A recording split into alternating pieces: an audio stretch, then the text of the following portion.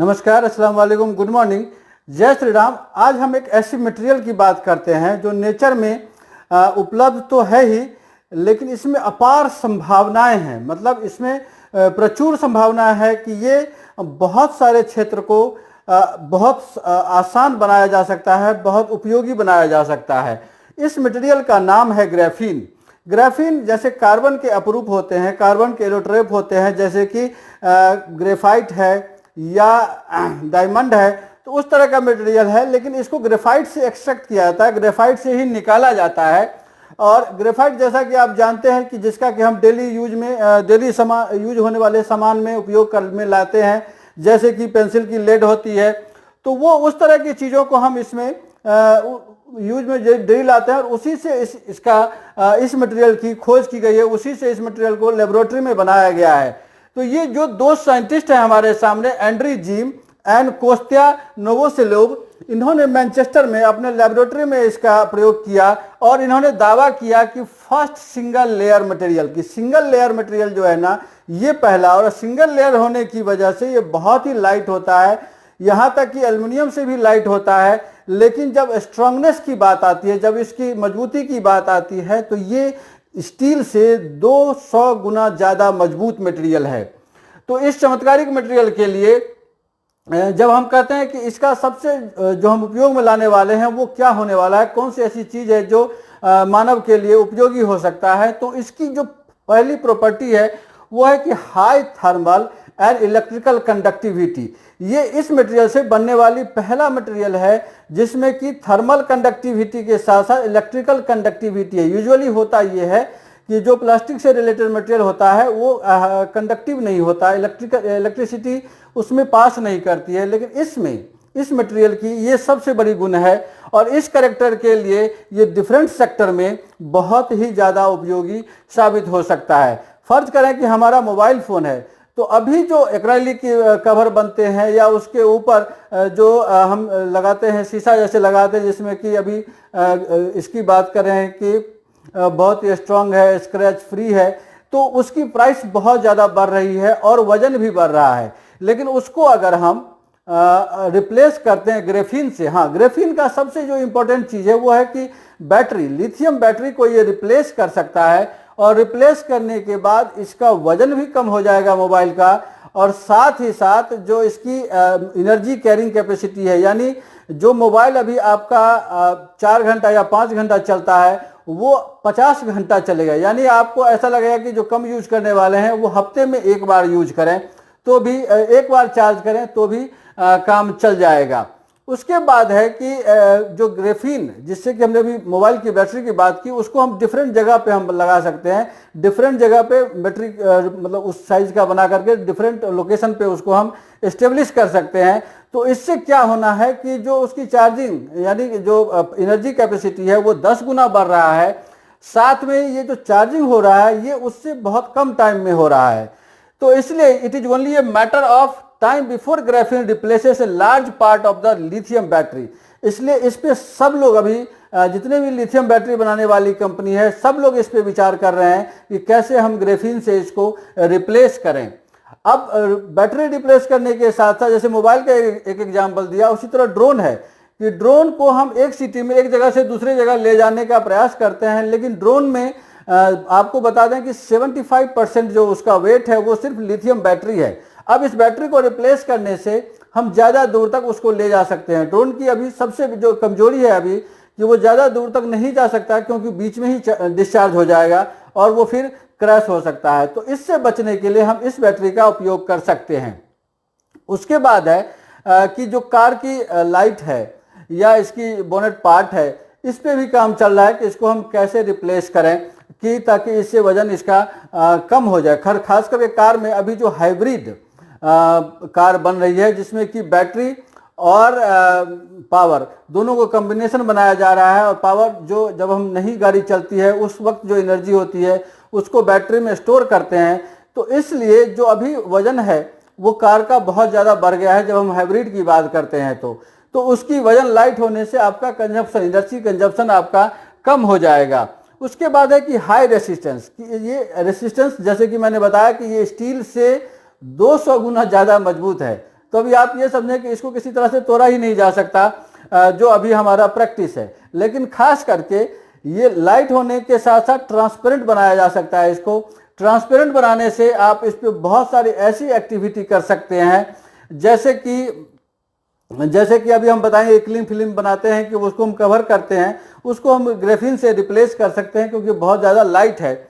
लेकिन रिप्लेसमेंट में उसमें सबसे बड़ी प्रॉपर्टी जो हमें बेनिफिट होने वाली है वो उसका यह है कि फ्लेक्सिबिलिटी के साथ साथ ये ट्रांसपेरेंसी इसका हमें यूज में आएगा। अब ट्रांसपेरेंसी कैसे यूज में आएगा, तो ये कहता ये है कि ग्राफीन एक ऐसा मटेरियल है जो कि लाइट को पास करता है लेकिन एनर्जी को पास नहीं करता है, क्योंकि एब्जॉर्ब वेरी लिटिल लाइट, कि लाइट सिर्फ 2% ही एब्जॉर्ब करता है। तो इसके में ये नहीं धोखा खाना है कि ट्रांसपेरेंट है तो सारा का सारा लाइट पास कर जाता है तो आगे जाने देता है। ये ट्रांसपेरेंट होने के साथ साथ लाइट सिर्फ 2% एब्जॉर्ब करता है। अभी आप सपोज करें कि आपका घर जो कंस्ट्रक्शन है उसको पेंट करें आप और उसमें हम ग्राफीन डाल दें। ग्राफीन पेंट से बना हुआ घर अगर रहेगा तो अब सूर्य की रोशनी जब आ रही है तो वो लाइट एब्जॉर्ब ही नहीं कर रहा है, यानी रिफ्लेक्ट हो रहा है। तो आपके घर के अंदर की जो स्थिति है उसमें टेम्परेचर चेंज होगा ही नहीं या बहुत कम होगा। यानी आप ये समझें कि जीसीसी कंट्री में जो है वो first half of the day बिल्कुल कूल रह जाएगा, आपको एसी चलाने की जरूरत ही नहीं पड़ेगी। अब एसी ना चलाने से आपका एनर्जी बिल 25% यहाँ पे कम हो जाएगा। अब जब रात देर तक होना है तो ये एक क्वेश्चन जो साइंटिस्ट लोग उठा रहे हैं कि अगर वो देर से गर्म होगा तो देर से ठंडा भी होगा, क्योंकि यहाँ से भी लाइट नहीं जाएगा। तो उसके लिए इस पे अभी साइंटिस्ट लोग कर रहे हैं। हालांकि आपका जो डोर है या विंडो है ये सपोर्ट करेगा, लेकिन कितना इस पे अभी कैलकुलेशन चल रहा है। उसके बाद जो साइंटिस्ट हैं, जो मैनचेस्टर साइंटिस्ट हैं दोनों, उन्होंने एडवाइस दिया था कि हम 4 सेक्टर में इसको हम एक्सपेरिमेंट हम करते रहेंगे और रिजल्ट के साथ हम पब्लिक को ये बताते रहेंगे किस एरिया में हो सकता है यूजफुल। अब उनका जो एडवाइस है वो कहते हैं कि फोकस करें आप पहला एनर्जी सेक्टर पे, दूसरा कंस्ट्रक्शन पे, तीसरा इलेक्ट्रॉनिक्स पे और चौथा हेल्थ सेगमेंट में। अब ये बात मैंने आपको पहले बता दी थी कि हेल्थ सेगमेंट की सॉरी 3 हमने आपको पहले बता दी है, हेल्थ सेगमेंट के बारे में नहीं बताया, लेकिन चलिए इसको भी देख लेते हैं। तो ग्राफीन एनर्जी सेक्टर की यहाँ पे एयर कंडीशनिंग का यूज जो है ना ये कम हो जाएगा, आपकी एनर्जी बिल कम आनी हो जाएगी। उसके बाद जो रिन्यूएबल एनर्जी है जैसे कि सोलर है या आप ये समझें कि विंड मिल है, इन दोनों में जो मेजर कॉस्ट है, यानी जब सोलर आप बनाते हैं तो पर यूनिट 2.16 AED होता है, लेकिन जब आप उसमें बैटरी ऐड करते हैं तो वो 6 AED हो जाता है पर किलोवाट। तो उसको बचने के लिए कि बैटरी को अगर हम ऐसे 10 गुना ज़्यादा चार्ज हो जाएगा तो बैटरी की जो काउंटिंग है वो आपका 10 गुना कम हो जाएगी। तो यहाँ पे मेजर सेविंग अपने आप हो जाएगी अगर हम लिथियम को रिप्लेस कर दें ग्राफीन बैटरी से।